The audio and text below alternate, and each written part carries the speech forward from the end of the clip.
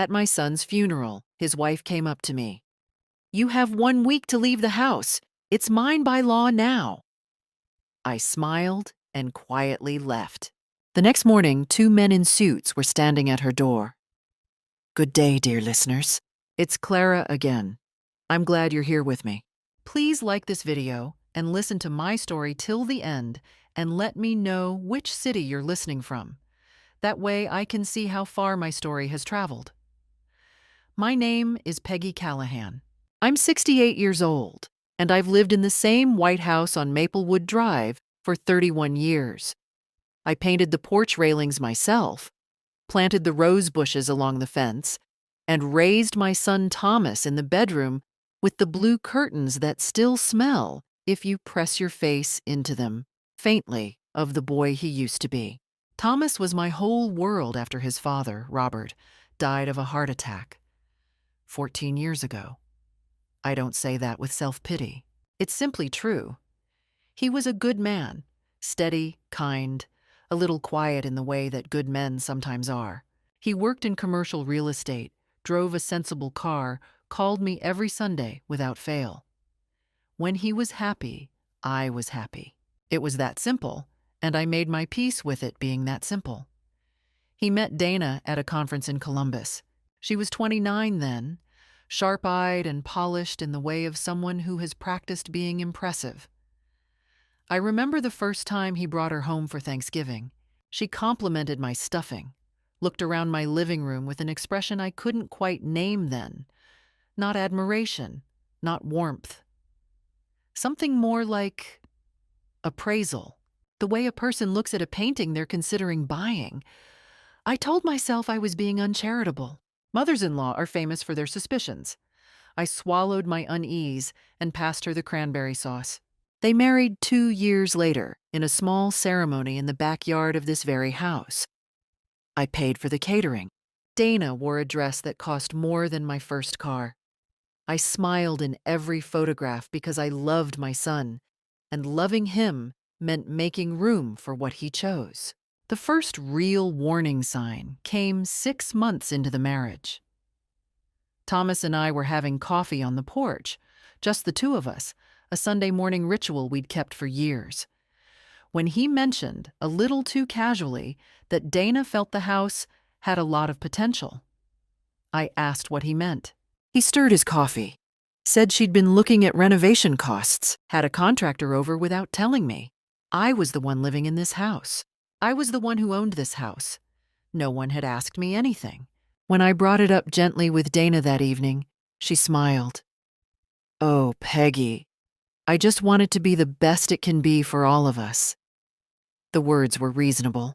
The smile was not quite.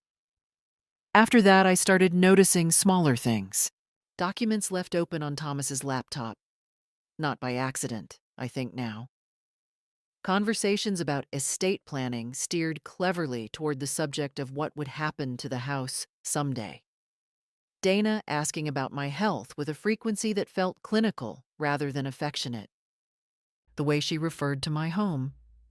Always the house, never your house, never Mom's house. Thomas did not see it. Or perhaps he saw it and could not bear what it meant. He loved her. That was plain. I did not want to be the woman who forced him to choose, so I kept quiet and watched and worried, the way mothers do. Then came March. Thomas collapsed at his office on a Tuesday afternoon. Massive stroke. He was 51 years old and perfectly healthy as far as any of us knew. By Thursday, he was gone. I will not describe those days in detail. Some grief is private enough that even words feel like a violation. What I will say is that I moved through that week in a kind of suspended state, mechanical and hollow, doing what needed to be done because there was no one else to do it. The funeral was held on a gray Saturday. Half the county came. Thomas had been liked, genuinely liked, in a way that only becomes clear at the end.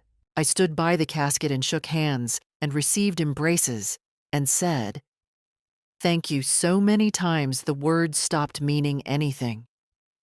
Dana stood beside me in a black dress that fit her perfectly. She cried at appropriate moments. She accepted condolences gracefully. She was, by every visible measure, the grieving widow. It was after the last guests had gone, while I was folding a forgotten program from one of the pewbacks, that she came to stand beside me. "Peggy." Her voice was different. The softness was gone from it. I looked up. "I want you to know," she said, "that I've already spoken to the attorney. This house, the property, everything, transfers to me. Thomas's will is clear." She paused. "Let that settle. You have 1 week to make arrangements. I think that's more than fair." The room was very quiet. I looked at her for a long moment. At the composed expression, the dry eyes, the slight tilt of her chin. And I understood, with a clarity that came slowly and then all at once, that this had been planned. Not in grief, in advance. I smiled. I don't know why I smiled. Habit, perhaps, or something colder than habit. Then I turned and walked quietly out of the room. I didn't sleep that night. I lay in the bedroom Robert and I had shared for 17 years, staring at the ceiling, listening to the old house settle around me the way it always had, the creak of the third floorboard, the tick of the radiator in the hall, and I did what I'd trained myself to do in hard moments. I thought, not about Thomas. I couldn't afford to think about Thomas yet. That would come later, in some quiet place where grief could be held at its proper size. What I thought about that long gray night was paper, documents, dates, what I knew and what I needed to find out. Here is what I knew. Robert and I had bought this house together in 1993. The deed was in both our names. When Robert died, I inherited his share, and the deed was updated accordingly. The house was mine, fully and legally, recorded at the county clerk's office in my name, Margray Elizabeth Callahan. Here is what I also knew. 6 years ago, when Thomas and Dana were newly engaged and I was feeling sentimental and generous in the way that loss sometimes makes you, I had added Thomas's name to the deed. Not transferred it. Added it. Joint tenancy with right of survivorship, which, as I had learned from the attorney who'd drawn up the paperwork at the time, was a very different thing from a simple title transfer. I was almost certain of what that meant. Almost. By 6 in the morning, I was dressed, sitting at the kitchen table with Robert's old address book open to the page for Gerald Marsh. Gerald had handled our estate planning since 1989. He was 80 years old and mostly retired now, but he still kept an office downtown above the pharmacy, and he answered his own phone. He picked up on the second ring. "Gerald," I said, "I need an appointment today. It's about the house." There was a brief pause. "I heard about Thomas, Peggy. I'm very sorry." "Thank you. Can you see me this morning?" He could. The drive into town takes 11 minutes on a clear day. I made it in 9. The main street of Harwick, Ohio was just coming alive. The bakery unlocking its door, a postal worker loading his truck, the pharmacy putting out its sidewalk sign. I had lived in this town for 31 years. I had gone to every school board meeting, coached the reading program at the library, brought soup to half the people on my block when they were sick. And now I was driving to a lawyer's office on the morning after burying my son, because a woman I had tried to love wanted me out of my own home within the week. Gerald met me at the door in his old cardigan. His office smelled of pipe tobacco and lemon polish, the same as it had in 1989. I explained the situation, flatly, without emotion, the way I'd learned to present things in 30 years of dealing with parents and administrators and school boards. Dana's statement, the 7-day ultimatum, her claim about Thomas's will. Gerald listened with his hands folded on the desk. Then he asked me one question. "When you added Thomas to the deed, do you remember what structure we used?" Joint tenancy, I said. Right of survivorship. He was quiet for a moment. Peggy, he said, I need to pull the exact documents to be certain, but if that's correct, and I believe it is because I recall the conversation distinctly, then what happened legally when Thomas passed is not what Dana has been told or what she believes. He explained it to me carefully, the way he always had. In joint tenancy with right of survivorship, when one owner dies, their share does not pass through the estate. It does not go through the will. It transfers automatically, immediately, to the surviving joint tenant. To me, not to Dana, not through Thomas's estate. To me, directly, by operation of law. Whatever Thomas's will said, and I didn't yet know what it said, it could not override the deed structure. The house had never been solely Thomas's to leave. I sat with that for a moment. So Dana's attorney, I said slowly, may not have looked at the deed. Or looked at it and misread the tenancy type, Gerald said. It happens more often than you'd think, especially if the attorney is young and the client is telling them what they want to hear. I drove home with my hands very steady on the wheel and a plan beginning to take shape in the back of my mind. Dana thought she held all the cards. She thought I was a grieving old woman who would pack a suitcase and disappear quietly. She had not considered that I was also, underneath the grief and the gray hair and the rose bushes, a woman who had spent 30 years in rooms full of people who underestimated her. That evening, I made a list, not of emotions, not of losses. I would deal with all of that, but of tasks. Specific, sequenced, achievable tasks. First, obtain a certified copy of the current deed from the county clerk. Second, have Gerald review Thomas's will in full. Third, document every communication from Dana in writing from this point forward. Fourth, say nothing to Dana yet. I poured myself a glass of Robert's Old Bourbon. I kept one bottle, always. And I sat on the porch in the dark, and I let myself feel, just for a few minutes, the full weight of what I had lost. My son. My Sunday mornings. His voice on the phone. Then I went inside, washed the glass, and went to bed. There was work to do. Monday morning came in cold and bright, the way Ohio mornings do in March when the season hasn't quite decided what it wants to be. I was at the county clerk's office when it opened at 8:30. The clerk, a woman named Beverly, who had been in my 4th grade class about 40 years ago, handed me the certified copy of the deed with the kind of professional neutrality that didn't quite mask her sympathy. Word travels fast in Harwick. She knew about Thomas. She knew something was happening. I thanked her and drove directly to Gerald's office. We spent 2 hours going through everything. The deed confirmed exactly what Gerald had suspected: joint tenancy, with right of survivorship, filed correctly, recorded in 1999, my name and Thomas's both listed. As surviving joint tenant, the title had reverted to me automatically at the moment of Thomas's death. It did not matter what the will said. The will operated on the estate. The house had never been part of the estate to begin with. Then we looked at the will. Thomas had worked with a different attorney, a younger man named Paul Hessler in Columbus, and the document was recent, dated just 14 months ago. That detail lodged in my mind like a splinter. 14 months ago, Thomas and Dana had been married for 3 years. They hadn't been talking about death. What had prompted an update to the will 14 months ago? The will itself was straightforward. It left the house to Dana. It left his financial accounts, his car, and his personal effects to Dana.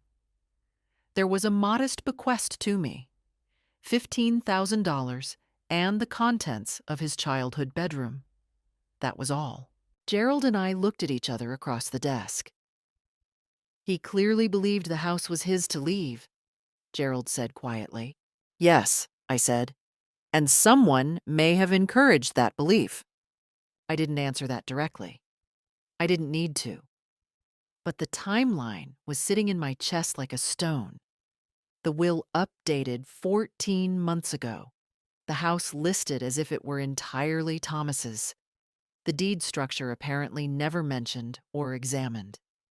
Either Thomas's Columbus attorney had been negligent, or someone had been very careful not to raise the question.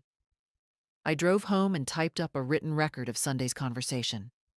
Dana's exact words, the time, the location, who was present. I dated it, signed it, and emailed it to Gerald as a timestamped document. Then I waited. I didn't have to wait long. Dana called Tuesday evening. Her voice had the careful warmth she deployed when she wanted something.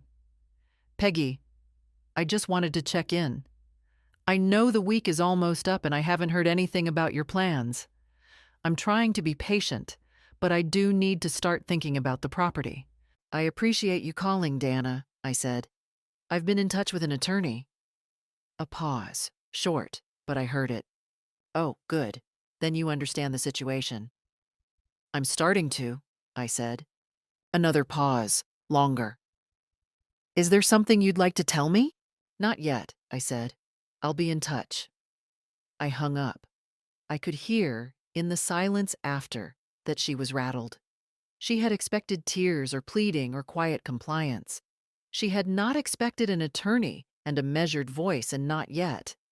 The following morning, Gerald called me back with something he'd found while reviewing documents. He had reached out to a colleague who knew Paul Hessler, the Columbus attorney who'd drawn up the will.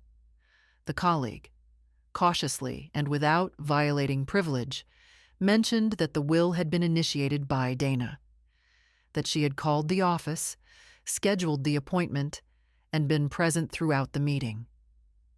Thomas had signed, yes, but the process had been organized and directed by his wife. I sat down at the kitchen table. It wasn't illegal. A spouse could absolutely arrange an estate planning appointment. But when I laid it alongside the deed that Dana's version of events required everyone to ignore, a picture came into focus that was cold and deliberate and had been drawn long before Thomas died. She had known about the will. She had shaped the will. Whether she had ever checked the deed or had hoped it would go unexamined in the confusion of grief, I couldn't say for certain. But she had walked up to me at my son's funeral with a 7-day deadline and legal language, and she had been neither surprised nor grieving in that moment. She had been prepared. I went to the porch and stood in the cold air for a long time, looking at Robert's rose bushes, winter bare and stark against the fence. There would be no negotiating with this woman. There would be no family conversation, no mediated settlement, no appeal to sentiment. She had decided, somewhere along the way, that I was an obstacle to be removed, and she had been patient about it. So I would be patient too. I went back inside and called Gerald. I'm ready to proceed, I said. With what specifically? With everything. The letter went out on Thursday. Gerald drafted it on his old letterhead. Heavy cream paper, black ink, the kind of document that communicates seriousness before you've read a word. It was addressed to Dana Callahan and copied to Paul Hessler, the Columbus attorney who had prepared Thomas's will. The letter was 4 pages long, precise, and entirely without anger. It stated, with attached documentation, that the property at 412 Maplewood Drive, Harwick, Ohio, was held in joint tenancy with right of survivorship between Robert J. Callahan, deceased 2010, his interest having passed at that time, and Margaret E. Callahan. Upon Thomas's death, his interest, which had itself been added by Mrs. Callahan as a gift, reverted automatically to Mrs. Callahan as sole surviving joint tenant. The property had never been part of Thomas Callahan's estate and could not be devised by will. Any claim to the property through the estate was legally without foundation. The letter further noted that Mrs. Callahan had been verbally instructed to vacate her home within 7 days, and that this instruction constituted, at minimum, a tortious interference with her property rights. It requested written confirmation within 5 business days that Dana Callahan and her counsel understood and accepted the legal reality of the title situation. Failure to respond appropriately would result in further action. I mailed it myself. Certified mail return receipt requested. I kept the tracking number in my wallet. Friday passed quietly. Saturday, too. Then Sunday morning, a car I didn't recognize pulled up in front of the house, a silver sedan, rental plates. And Dana stepped out, alone, no attorney, no warning call. I watched through the kitchen window for a moment. Then I put down my coffee and went to the front door. She looked different than she had at the funeral. The composure was still there, surface level, but underneath it, something was tight and electric. She was wearing sunglasses even though it was overcast. "Can I come in?" "No," I said. I kept my voice pleasant. Her jaw tightened. "Peggy, we need to talk about this letter." "My attorney is available Monday through Friday," I said. "Gerald Marsh, you have his number." This is a family matter. She said the word family the way someone uses a word they've looked up but never quite felt. "You're doing this out of spite." "I'm asserting my legal rights to my home," I said. "Those aren't the same thing." "You think you can just—" She stopped, recalibrated. "You know Thomas wanted me to have this house. You know that." "Thomas may have believed the house was entirely his to leave," I said quietly. "He may have been given that impression." Something shifted in her face. "Don't," she said. "I haven't said anything, Dana." She stepped closer. The pleasantness was gone entirely now. "You have no idea what you're starting. I have resources. I have a very good attorney in Columbus, and I will contest this in court and make it drag for years, and I promise you that will cost you more than this house is worth." I looked at her for a long moment. The rose bushes were behind her, gray and bare. The street was quiet. "You're welcome to try," I said. "Is there anything else?" She stood there for a few seconds more, and I could see her recalculating, running through the options, looking for a lever she hadn't used yet. She didn't find one. She went back to her car. She drove away without looking at the house. I went inside and sat down at the kitchen table and let my hands shake because they wanted to. I had been calm through that entire conversation, and now my body wanted to acknowledge what it had cost. I let it. That evening, I called Gerald. He'd received a call from Paul Hessler, who had apparently reviewed the deed documentation with considerably more attention than before. Hessler had been quiet on the phone, Gerald said, and professional, and given nothing away. But he had not been dismissive. "She'll come back," I told Gerald. "Yes," he said, "but we're on solid ground." After I hung up, I did something I hadn't done since Thomas's funeral. I left the house. I drove to the state park outside of town and walked the trail along the reservoir for 2 hours, alone, in the cold March air. I looked at the water. I thought about Thomas as a boy, how he used to skip stones here and could never quite get the technique right, laughing at himself without embarrassment, the way kind people do. I let myself grieve properly, without an agenda. Then I went home and slept for 9 hours straight, and in the morning I felt, if not whole, then at least solid again. The temptation came through Carol Briggs. Carol was the wife of Thomas's former business partner, a woman I'd known for 15 years, pleasant enough, the sort of person who appears at church every Sunday and at every funeral, and whose loyalty I had always privately suspected was largely to whoever was most useful at a given moment. She called me on a Wednesday, 2 weeks after the letter had gone out, and asked if she could stop by for coffee. I said yes because I wanted to see what Dana was doing. Carol arrived with a store-bought coffee cake and a careful expression and sat across from me at the kitchen table with the look of someone who had rehearsed their opening. She asked how I was. I told her I was managing. She told me Thomas had been such a wonderful man. I agreed. Then she set down her fork and said, "Peggy, I wonder if you've thought about whether all of this is really worth the fight." "All of what?" I asked. "The legal situation. Dana is willing to be flexible, you know. She mentioned to me, and I'm only sharing this because I care about you both. She mentioned that she'd be open to a cash settlement. Something fair. Maybe enough for you to find a lovely little place somewhere. A condo, perhaps. Something easier to maintain at your—" She stopped. "At my age," I said. Carol had the grace to look slightly embarrassed. "She's authorized you to make this offer?" I asked. "Oh, I wouldn't say authorized.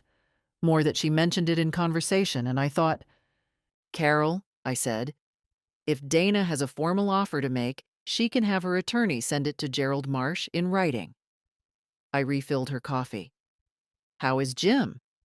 We talked about Jim for another 20 minutes, and Carol went home with most of the coffee cake uneaten. I watched her car back out of the driveway and thought, a condo, easier to maintain. Dana had sized me up as a woman who could be softened with convenience and the implication of her own frailty. She had misjudged again, but the visit crystallized something for me. I was carrying this alone, and I didn't need to. That week, I called people. First, I called my neighbor Dorothy, who had lived 3 houses down for 22 years and had watched Thomas grow up. Dorothy was 73, sharp, and had worked as a paralegal for 2 decades before her retirement. Over coffee, I told her everything. She listened without interrupting. At the end, she said, "You need character witnesses and community presence. You have both." Then she offered to organize a rotating check-in. Neighbors who would simply be visible, around, watching. Not in a threatening way, just present. Small-town presence, which is its own kind of power. Then I called Pastor Hugh at Harwick Methodist, who had done Thomas's funeral. Hugh was a practical man who had counseled hundreds of families through estate disputes.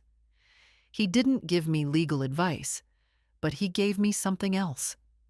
He sat with me for an hour and said, very gently, that grief and strategy could coexist, that protecting what was mine was not a betrayal of Thomas's memory, and that I should not let anyone make me feel that it was. I hadn't known until he said it that I'd needed to hear it.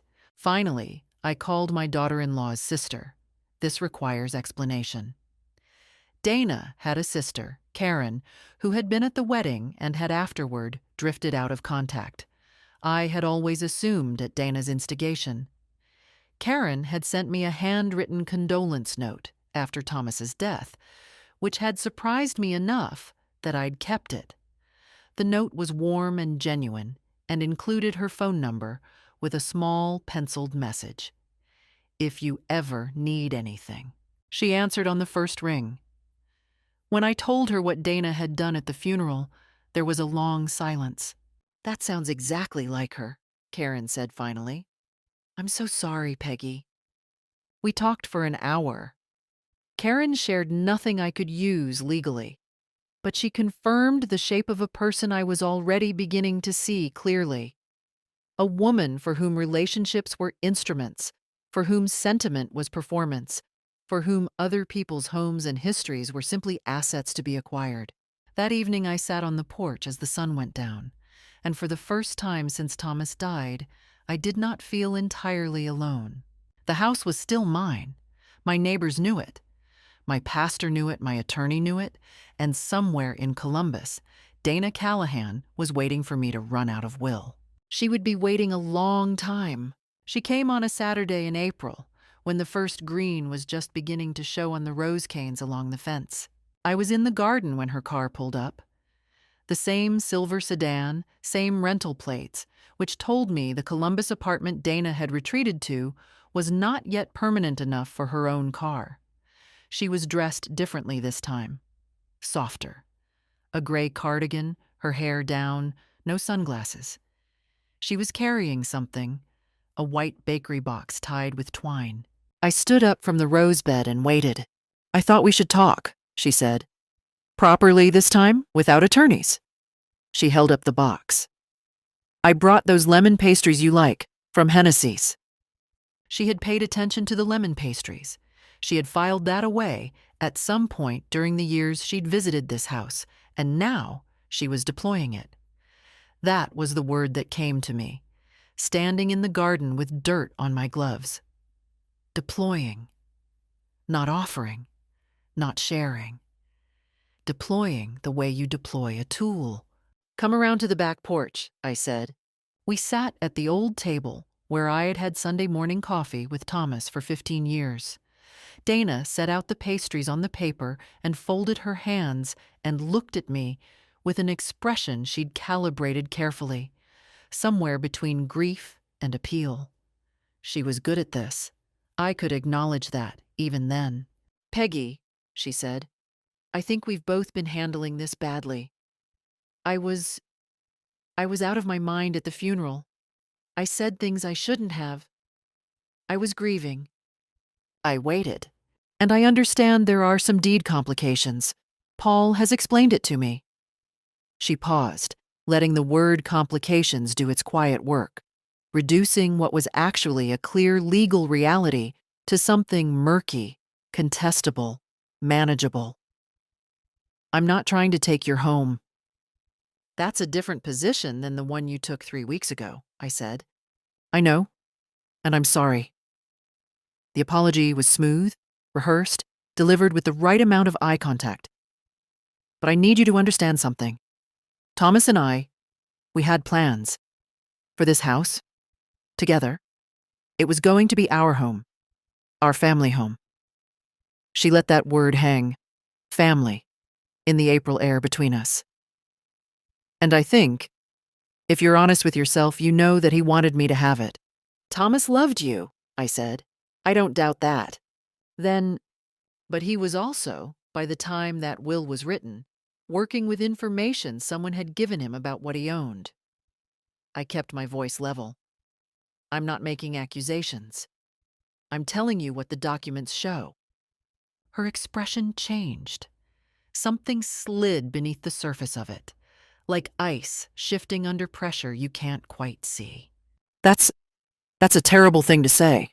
"Is it inaccurate? You're implying that I manipulated my husband." Her voice was beginning to lose its softness. "That I arranged his will. That I somehow—" She stopped, took a breath, steadied herself with visible effort. "Peggy, I loved Thomas. We built a life together. And if you go through with this, you're going to drag his name through a legal dispute. His reputation.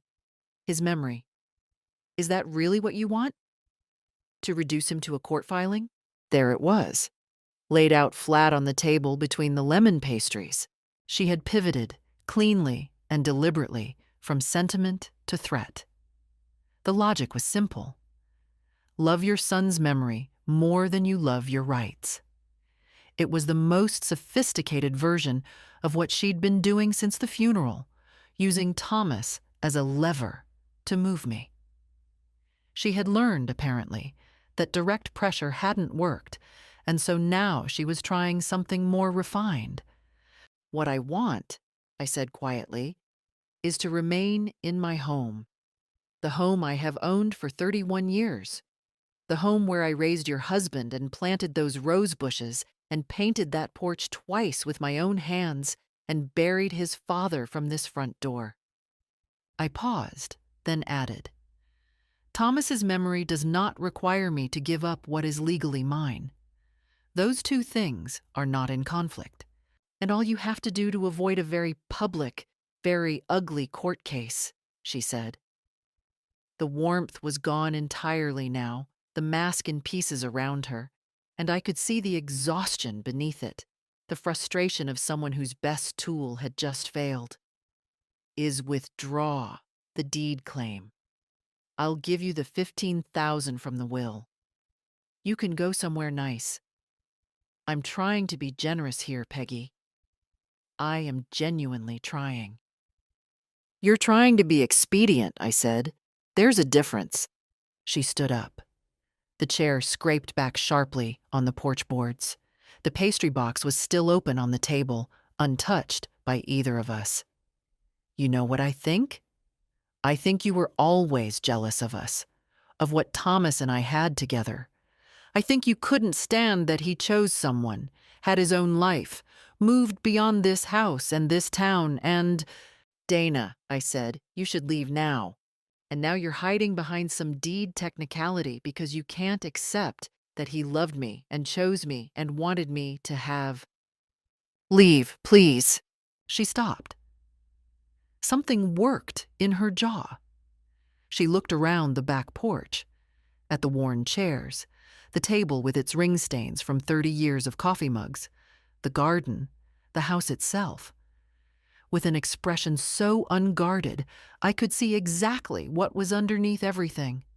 Not grief, not love, not even truly anger, but a frustrated, furious greed that had been denied at every turn and could not understand why.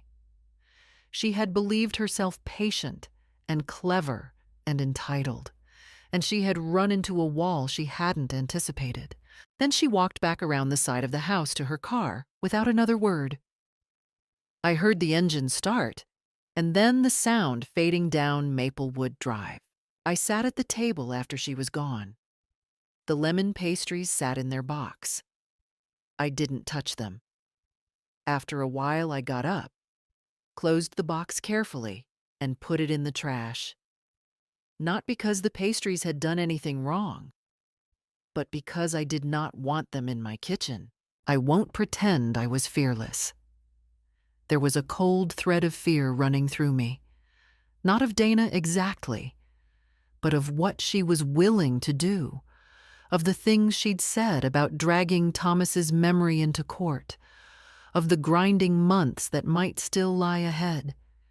She had struck at something real, the idea that protecting myself might cost Thomas something.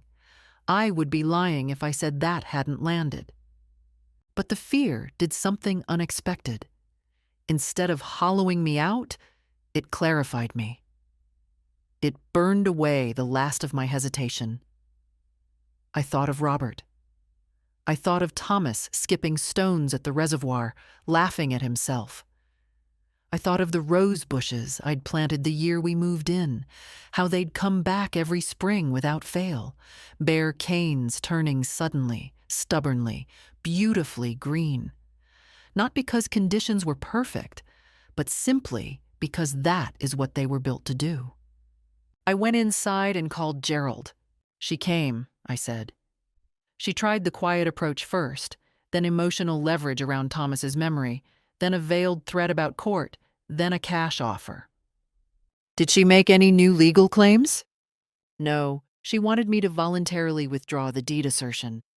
Gerald was quiet for a moment. Then she knows her legal position is weak, he said. People only offer money when they've stopped believing they can win. Yes, I said, I believe she has. The hearing was set for the second Tuesday in May. It was not a full trial. Gerald had filed a quiet title action, a specific legal proceeding to have the court officially confirm what the documents already showed, that the house at 412 Maplewood Drive was mine, unencumbered, and could not be claimed through Thomas's estate. Quiet title actions are, by their nature, procedural and undramatic. They are decided on documentation, on the chain of ownership, on recorded fact. I had all of those things. Dana had retained Paul Hessler directly now, no longer just as the will's author, but as her active legal counsel in the dispute. Gerald had heard through professional channels that she'd also consulted 2 other Columbus attorneys in the preceding weeks. both of whom had apparently declined to take the case on its merits. That detail told me what I needed to know about how the legal community viewed her position. Attorneys who believe in a case take the case. The night before the hearing, I did something I hadn't done in perhaps 20 years. I went to the blue bedroom, Thomas's room, and I sat on the edge of the bed in the dark for a while. Not to grieve, not exactly. More to be close to something. To remind myself what this was actually about. It wasn't about winning. It was about the right of a person to remain in the place they had built their life, among the evidence of everything they had loved. I slept well that night, better than I'd expected.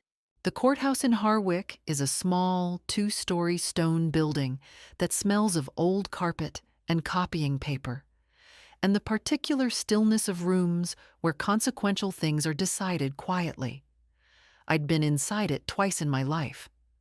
Once for jury duty in the 90s, once when Robert and I filed papers years ago.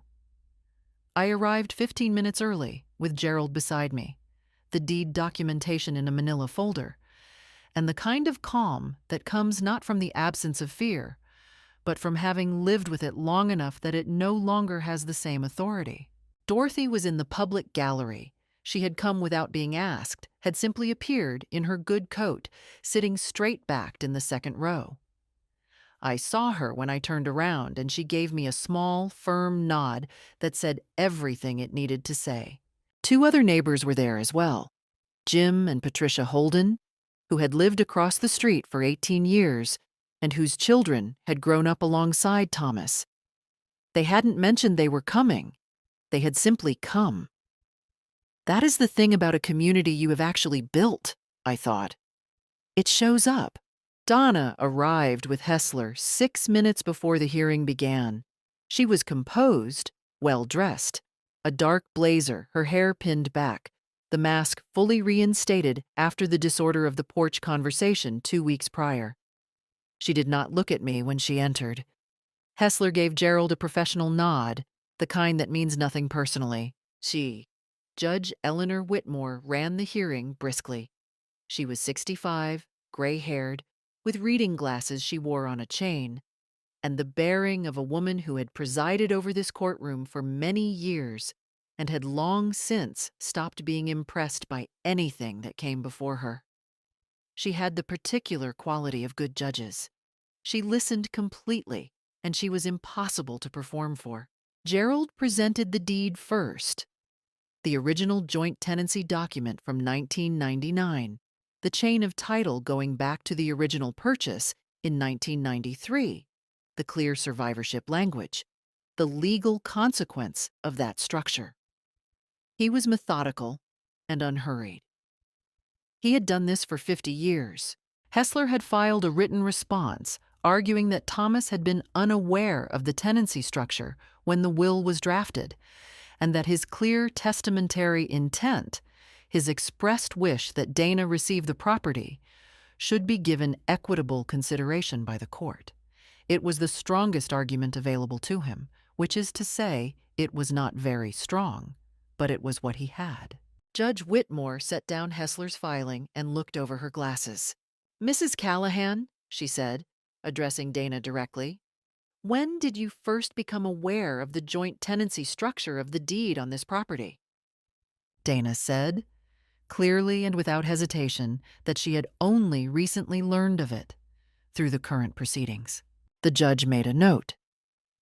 "And the will in question was drawn up 14 months ago?" Hessler confirmed that. "At that time," the judge said, "in the course of preparing the will, did you or your counsel review the existing deed documentation for the property?" Another pause. Hessler said that the client had described the property as belonging to her husband. "Mrs. Callahan described it as belonging to her husband," Judge Whitmore repeated, not inflecting it as a question, just letting it sit. "And you did not independently verify the title at that time?" The silence that followed was complete and informative. Then Gerald rose and introduced the email. I had not known he had it until that morning, when he'd called at 7:30 and said, carefully, that Karen had provided something through proper channels that he believed was relevant and admissible. He had been right on both counts. The email was 2 years old. Dana had sent it to Karen from her personal account. A casual message about various plans and thoughts, the kind of email people write when they are confident and unguarded.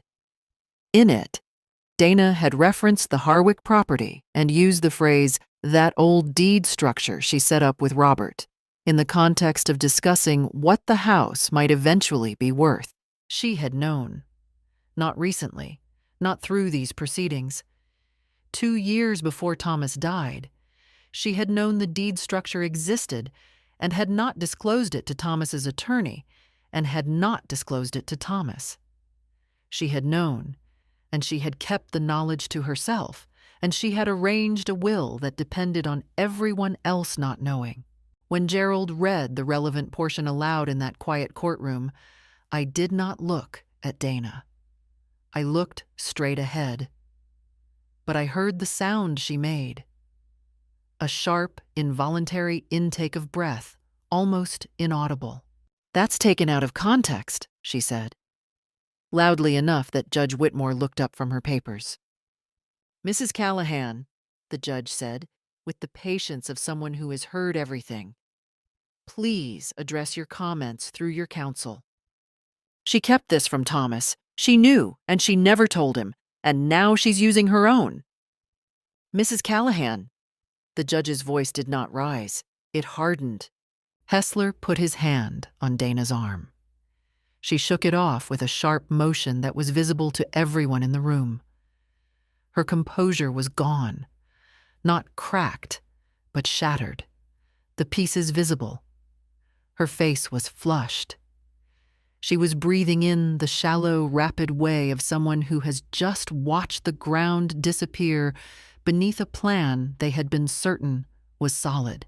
"She manipulated him," Dana said, lower now, but still audible, her voice unsteady, with something that sounded almost like genuine disbelief.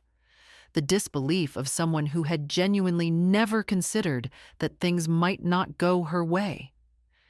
She manipulated the whole. "Mrs. Callahan, I will ask you one final time to be quiet, or I will remove you from this proceeding and note your conduct in the record." The room went still. Dana sat down. Hessler leaned toward her and spoke quietly, urgently, the words inaudible, but the tone clear. "Stop, stop. There is nothing left to save here by speaking." Judge Whitmore removed her reading glasses and set them on the bench, and looked at both sides with the calm expression of a woman delivering a conclusion she had reached some time ago. "I will issue my ruling in writing within 30 days, she said. "I will tell both counsel now, however, that the deed documentation before this court is unambiguous.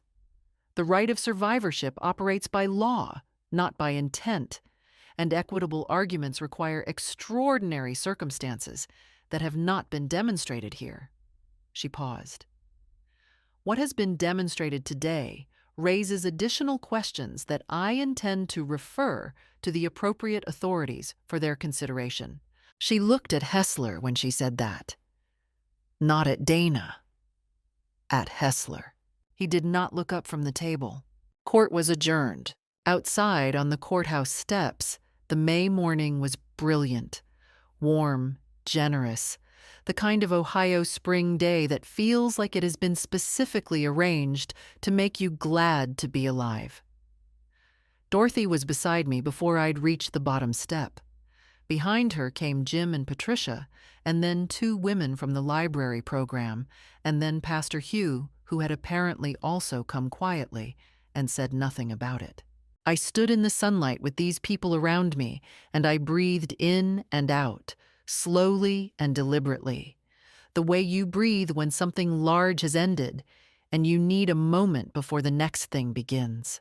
Behind me, through the heavy courthouse doors, I could hear Donna's voice. Raised, broken, the careful architecture of her completely gone. and Hessler's lower tones working steadily to contain her. I did not turn around. There was nothing behind me that required my attention anymore. The ruling came on a Thursday, 31 days after the hearing.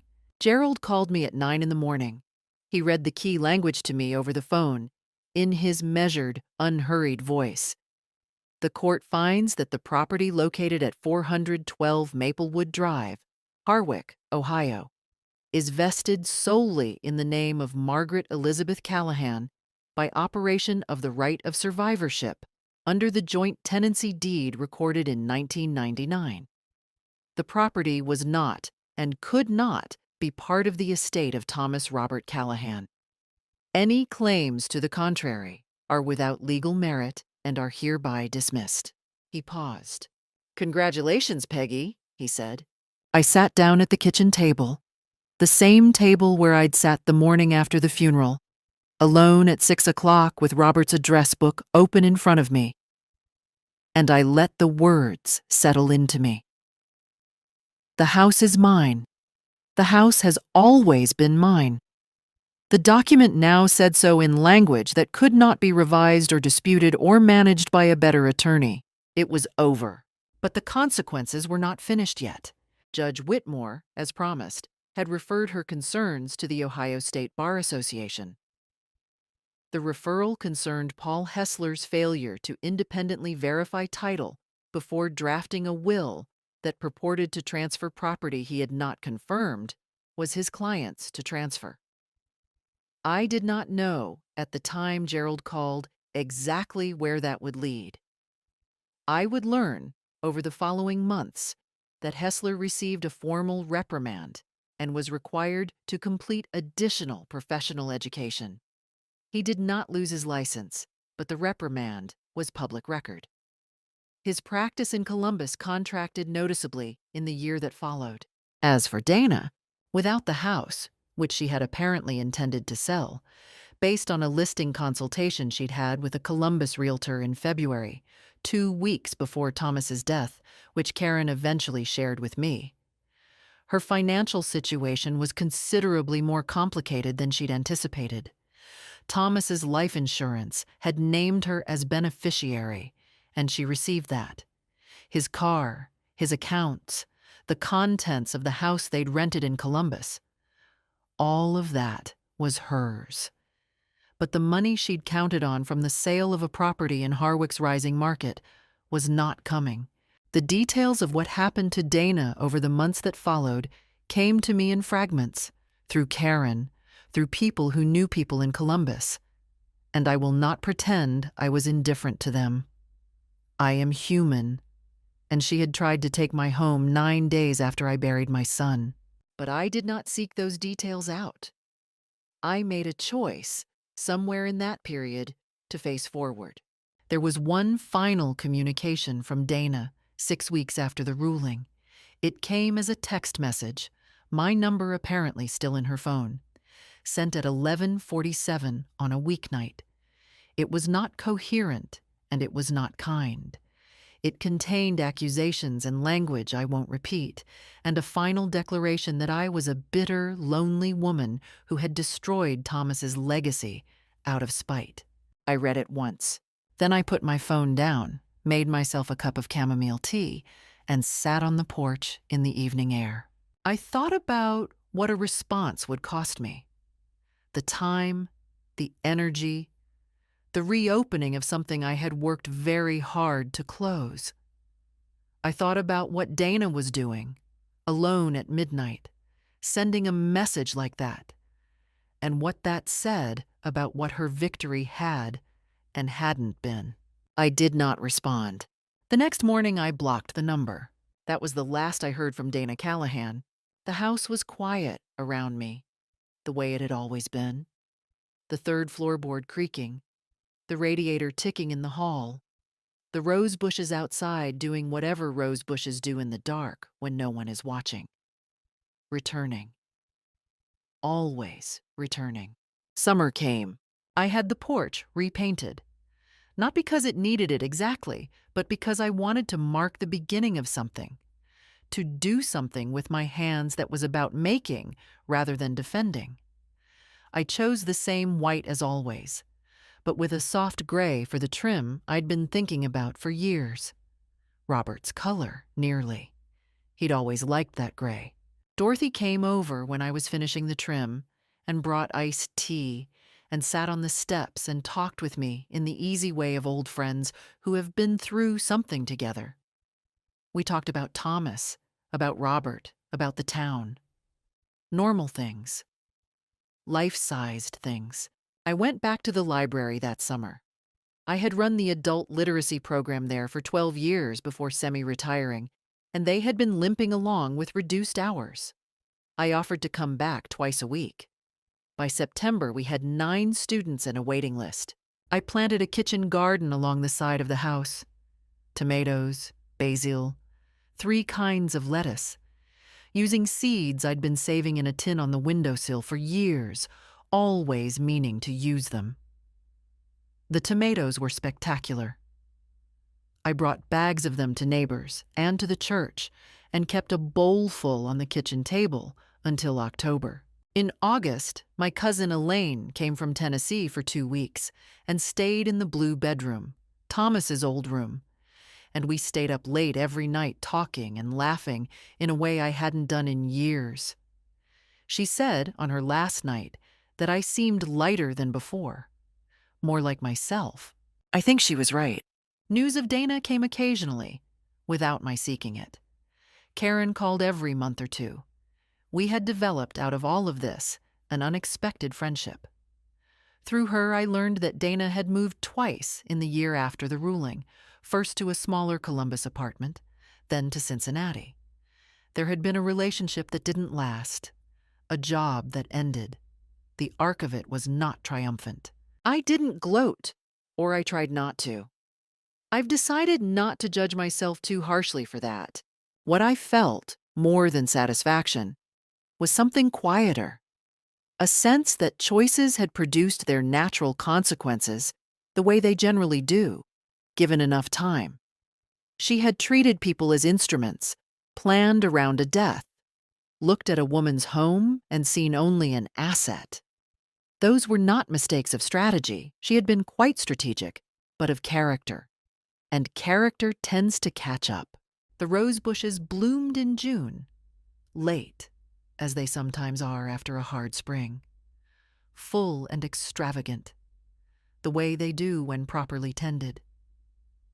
Thomas would have stood at the kitchen window with his coffee and looked at them and said something understated and pleased. I let myself imagine that in the mornings. It wasn't grief exactly by that point. It was memory, which is grief that has found a place to live. I was 68 years old, and I was home. They counted on my grief making me passive. They were wrong. Here is what I learned. Your name on a deed is not just paper. It is your history, your labor, your life made tangible. Know what you own. Keep your documents. Find your Gerald. And never, ever mistake quiet for weakness. I lost my son. Nothing undoes that. But I did not lose my home, my dignity, or myself. Those things I fought for and kept. If someone handed you a 7-day eviction notice at your child's funeral, what would you have done? Leave a comment. Share this with someone who needs it. Thank you for listening.